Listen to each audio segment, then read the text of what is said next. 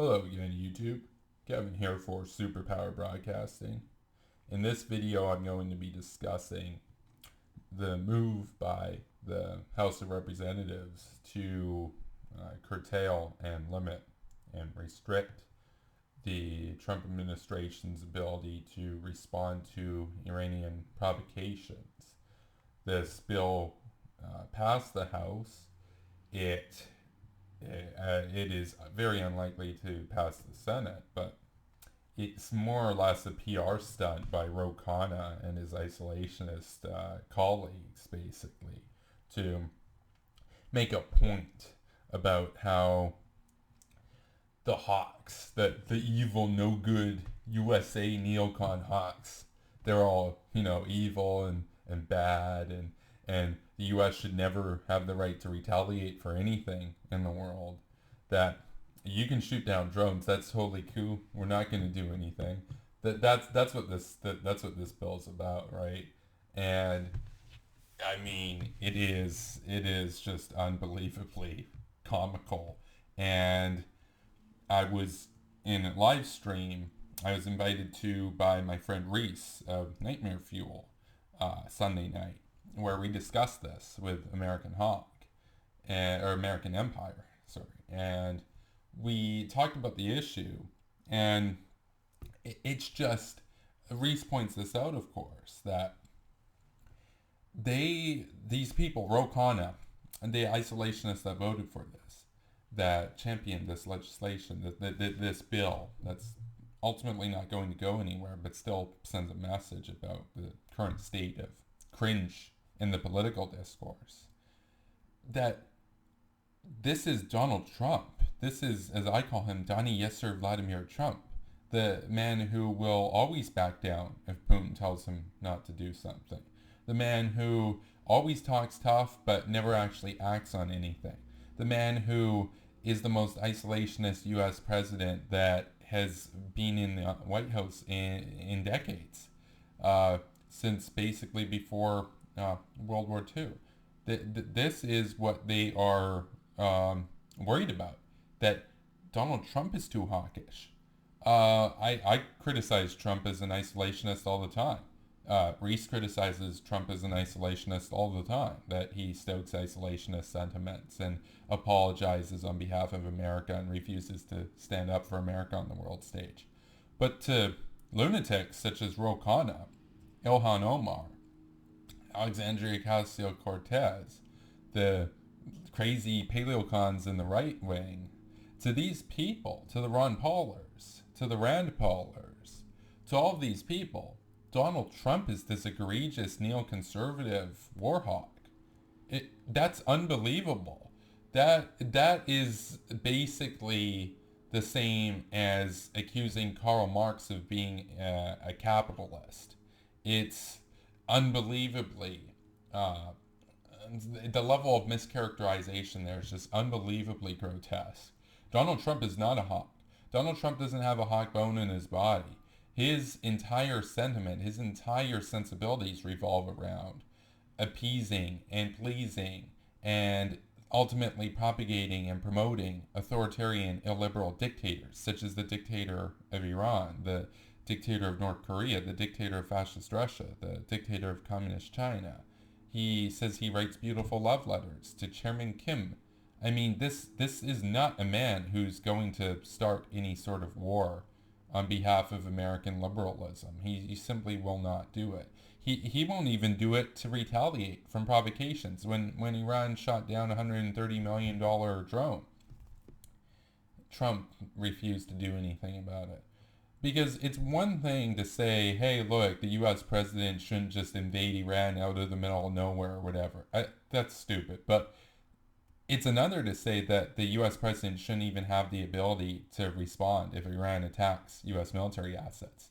That's unbelievable. That's absolutely unbelievable. It's anti-American. It's borderline treasonous in that sense, to see this coming from people such as Ro Khanna.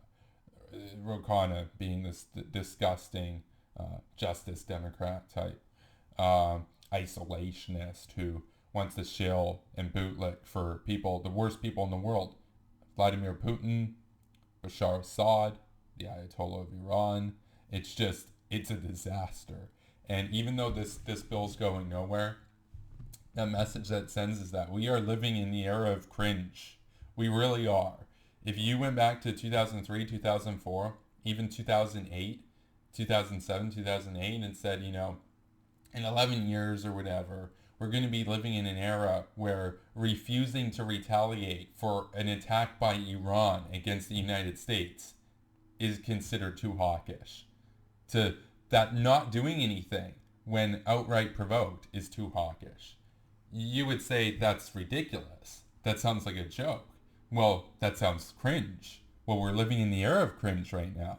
It's time to wake up. We are living in the era of cringe. We're living in an era where, to the majority of the House, it makes sense to say Trump is too hawkish.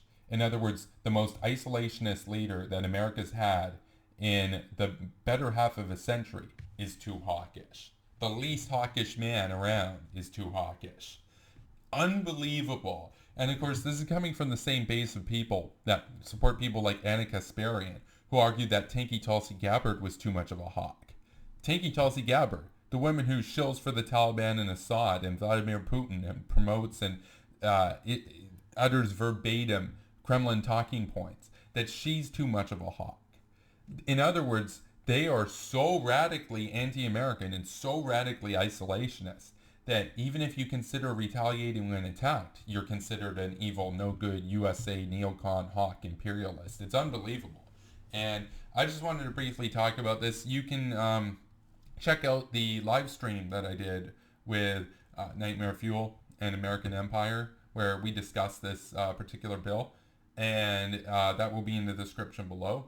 And we talk about it in more detail there. The thing is, it would be funny, it would be funny if there weren't real world ramifications to this, which is that the left and right now agree on a lot, but one of the things that they most fervently agree on is that standing up for American values, standing up for Western values abroad is, evil, no good imperialism. It's a joke. It's unfortunate because at the same time, these cruel despots around the world, Vladimir Putin, Bashar Assad, etc., they are hawkish. They are killing people by the hundreds of thousands in order to hold on and promote their prestige, their power, their wealth, their mansions, their yachts, their swag Benzes, etc. And these people, Ro Khanna, all these other people, the Jimmy Dores of the world, the Kyle Kulinskis of the world, the Abby Martins of the world, they sing praise. They dust the portraits of the dear leaders. They have no issue whatsoever with these people doing imperialism. Their only problem is if America considers retaliation. That's what they think of as imperialism. Not taking over Crimea or not executing 600,000 Syrians in order to hold on to power. That in no way is imperialist. That in no way is aggressive or war hawkish in their opinion. That's cool. That's totally fine. There's no issue with that. The only issue that they have is if America stands up for American values. Then that's an evil, no good USA imperialism. It's disgusting. It's gross. And this really should wake everybody up to the fact that we're living in an era of cringe and it needs to stop. We need to get serious people into power that will overturn the damage that's being done right now, which may cost America its standing on the world stage and hinder the cause of the promotion of liberal values worldwide. So thank you for watching, YouTube.